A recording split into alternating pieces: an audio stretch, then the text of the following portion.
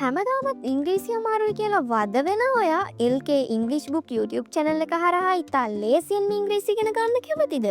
එහෙනම් මේ වීඩියෝ එක ඔයාටමයි. ඉතින් අද lesson එකට යන්න කලින් channel එක subscribe කරලා ඊට එහා පැත්තෙන් තියෙන bell icon එක all කරලා තියාගන්නත් අමතක කරන්න එපා. එහෙනම් අද lesson එකට යමු.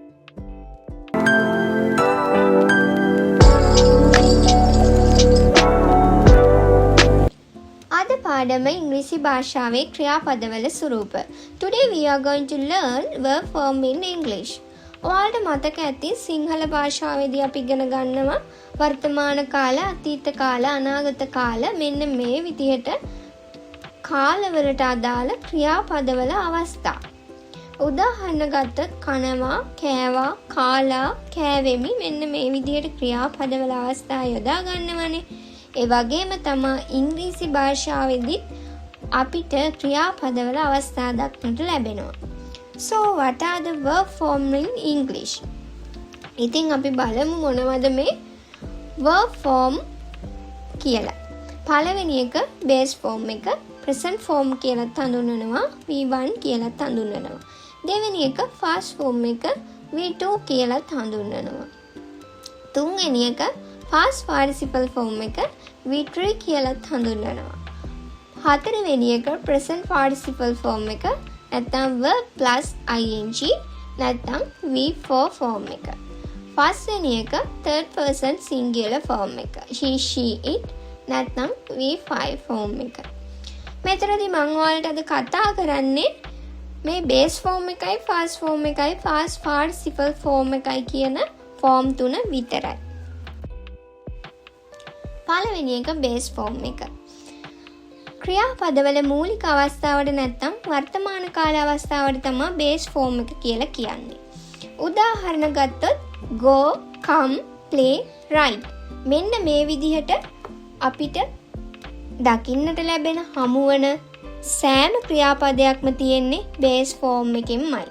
read, write, එතකොට eat, cook මෙන්න මේ විදිහට තියෙන අනිත් සෑම ක්‍රියාපද ඒ සෑම ක්‍රියාපදයක්ම තියෙන්නේ base form එකේ. මම ඔයාලට තවත් වඩා දුර පැහැදිලි වෙන්න example දෙකකුත් දීලා තියෙනවා. They play cricket. on cricket සෙල්ලම් කරනවා. I go to school. මම පාසලට යනවා. මෙතනදී ඔයාලා හොඳින් මතකයේ තියාගන්න මේ base form එකේ verb සමග වාක්‍යයක් හදනකොට ඒ වාක්‍යයේ යෙදෙන කර්තෘ නැත්නම් subject එක අනිවාර්යයෙන්ම බහුවචන විය යුතුමයි. plural subject එකක් විය යුතුමයි. they කියන්නේ plural subject එකක්. හැබැයි ඔයාලට මෙතනදී කියන්න පුළුවන් අනේ මම කියන්නේ ඒක වචන subject එකක් නේ. මම කියන්නේ එක්කෙනෙක් ඉන්නේ. එතකොට කොහොමද base form එකෙන් යොදන්නේ verb එක කියලා. නමුත් ඉංග්‍රීසි භාෂාවේදී හොඳට මතක තියාගන්න I කියන්නේ plural subject එකක් විදිහට තමයි අපි ගන්නෙ. I සමග අනිවාර්යයෙන්ම verb එක යොදා ගද්දී verb එක base form එකෙන් යොදා ගන්න ඕන. ඊළඟ form එක fast form එක. fast form කියන්නේ ක්‍රියාපදවල අතීත කාල අවස්ථාවට තමයි fast form එක කියලා කියන්නේ.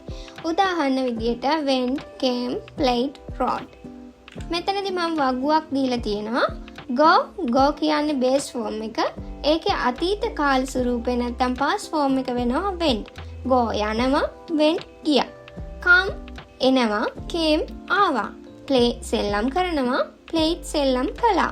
write ලියනවා, wrote ලිව්වා. මම තවදුරටත් පැහැදිලි වෙන්න ඔයාලට මේ වීඩියෝ එක අවසානයේදී verb list එකක් දීලා තියෙනවා. base form එක, past form එක, past participle form එකේ. ඉතින් වීඩියෝ එක ඉවර වෙනකම්ම බලලා ඒ ලිස්ට් එකත් හොඳින් මතකෙට තියාගන්න. මම මෙතනදී past form එකේ example දෙකක් දීලා තියෙනවා වාක්‍ය. They played cricket. on cricket සෙල්ලම් කළා. She went to school. ඇය පාසලට ගියා. past participle form එක කියන්නේ ක්‍රියාපදවල අතීත කාල කෘදන්ත අවස්ථාවට. උදාහරණ ගත්තොත් gone, come, played, written. මේ වගුව දිහා බලද්දී base form එක go වෙද්දී go එකේ past form එක went වෙනකොට past participle form එක gone වෙනවා. go කියන්නේ යනවා, went කියන්නේ ගියා, gone කියන්නේ ගිහිල්ලා. come, came, come. play, played, played. write, rode, written. ඒ වගේම හොඳට මතක තියාගන්න past participle form යොදාගන්නේ perfect tense වලට සහ passive voice වල tenses වලට. එතකොට she has gone to school. I had finished my homework. The book was read by Kamal. She has gone to school. මේක present perfect tense එකක්. has කියන helping verb එකට පස්සේ අනිවාර්යයෙන්ම යොදන verb එක past participle විය යුතුමයි. I had finished my homework. මම මගේ ගෙදර වැඩ ඉවර කරලා තිබුණා. ඒ වගේම මේක past perfect tense එකක්. අනිවාර්යයෙන්ම had කියන helping verb එකට පස්සේ එන ක්‍රියාපදයේ past participle විය යුතුමයි. The book was read by Kamal. මේක passive voice tense එකක්. එතකොට was කියන helping verb එකෙන් පස්සේ අනිවාර්යයෙන්ම යොදන verb එක past participle විය යුතුමයි. read.